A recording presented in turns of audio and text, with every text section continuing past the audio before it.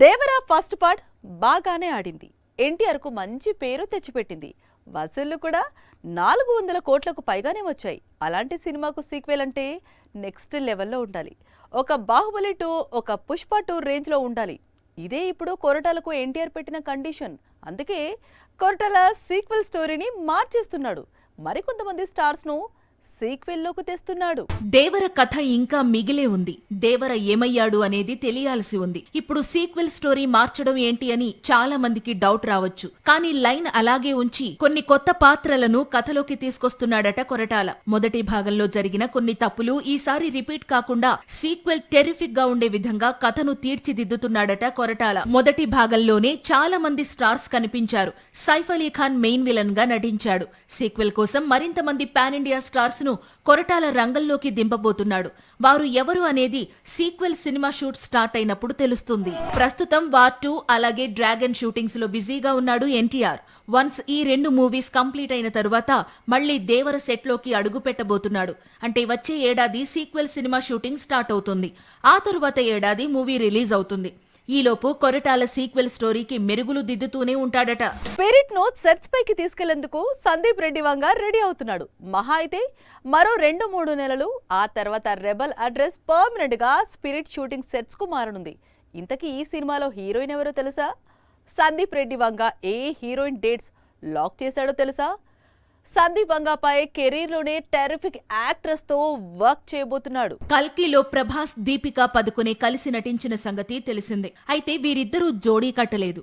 ఎవరి పాత్రలు వాళ్లు చేశారు. అలా కాకుండా వీరిద్దరూ హీరో హీరోయిన్లుగా పూర్తిస్థాయి కమర్షియల్ మూవీ తీస్తున్నాడు సందీప్ వంగ. అదే స్పిరిట్ సినిమా. స్పిరిట్ లో ప్రభాస్ పోలీస్ ఆఫీసర్ రోల్ చేస్తున్నాడు. ఇప్పుడు దీపిక కూడా లేడీ పోలీస్ గా కనిపించబోతుందా అనే డౌట్స్ రైజ్ అవుతున్నాయి. ఎందుకంటే గతంలో తాను తెరకెక్కించిన సినిమాల్లో హీరోయిన్స్ క్యారెక్టర్ కు ఇప్పుడు స్పిరిట్ లో పాత్రకు చాలా వేరియేషన్స్ ఉండబోతున్నాయట. అందుకే దీపిక డేట్స్ లాక్ చేసిందట. సింగం అగైన్ మూవీలో లేడీ సింగంగా నటించింది దీపికా పదుకొనే. నిజానికి స్పిరిట్ కథ రాసుకున్నప్పుడే దీపిక డేట్స్ అడిగాడు సందీప్ వంగ. కానీ అప్పుడు దీపిక ప్రెగ్నెంట్. అందుకే మూవీకి డేట్స్ ఇవ్వలేకపోయింది. ఇంతలో స్పిరిట్ షూటింగ్ స్టార్ట్ కావడానికి టైం పట్టింది. దాంతో మరోసారి సందీప్ వంగ దీపిక డేట్స్ అడిగాడు. ఇప్పుడు దీపిక తిరిగి సినిమాల్లో బిజీ అవుతోంది. రీసెంట్ గా షారూక్ తో మూవీకి గ్రీన్ సిగ్నల్ ఇచ్చింది. అదే స్పీడ్ లో స్పిరిట్ లో నటించేందుకు ముందుకొచ్చింది. కల్కి తర్వాత ప్రభాస్ నటిస్తున్న రాజాసాబ్ ఇంతవరకు రిలీజ్ డేట్ లాక్ చేసుకోలేదు. అప్పుడే స్పిరిట్ దగ్గరికి వెళ్లారు మీరు అంటారా? కానీ ప్రభాస్ క్లారిటీ ప్రభాస్కుంది.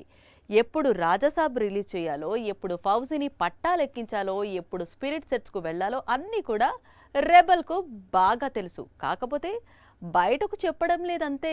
చాలా కాలం తర్వాత ప్రభాస్ మళ్లీ బాహుబలి రోజుల్లోకి తిరిగి వెళ్లబోతున్నాడు. అదేంటి, స్పిరిట్ తర్వాత ప్రభాస్ ఏమైనా బాహుబలి 3 షూటింగ్ స్టార్ట్ చేస్తున్నాడా అని డౌట్ పడకండి. బాహుబలి 2 రిలీజ్ అయిన దగ్గర నుంచి ప్రభాస్ రిలాక్స్ అయిపోయాడు.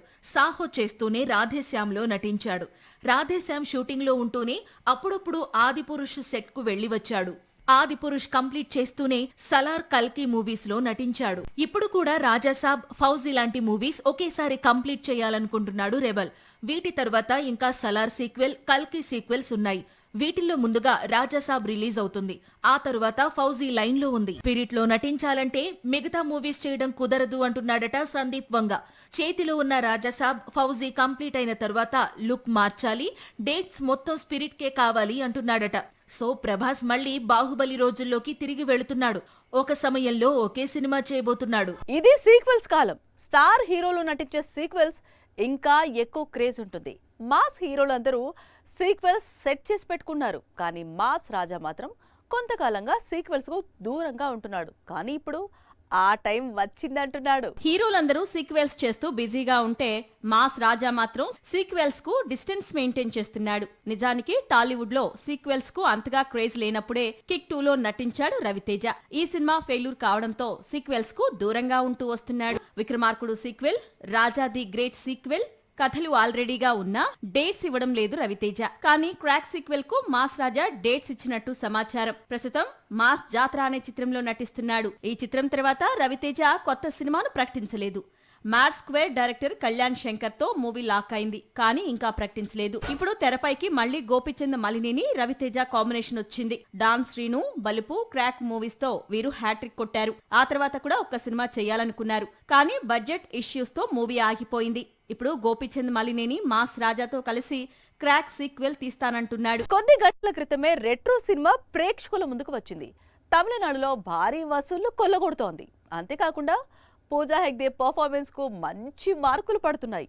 ముందు తాను చేసిన డాన్స్, ఇప్పుడు తన నటన, రెండింటితోనూ కోలీవుడ్ ను ఫ్లాట్ చేస్తోంది పూజ.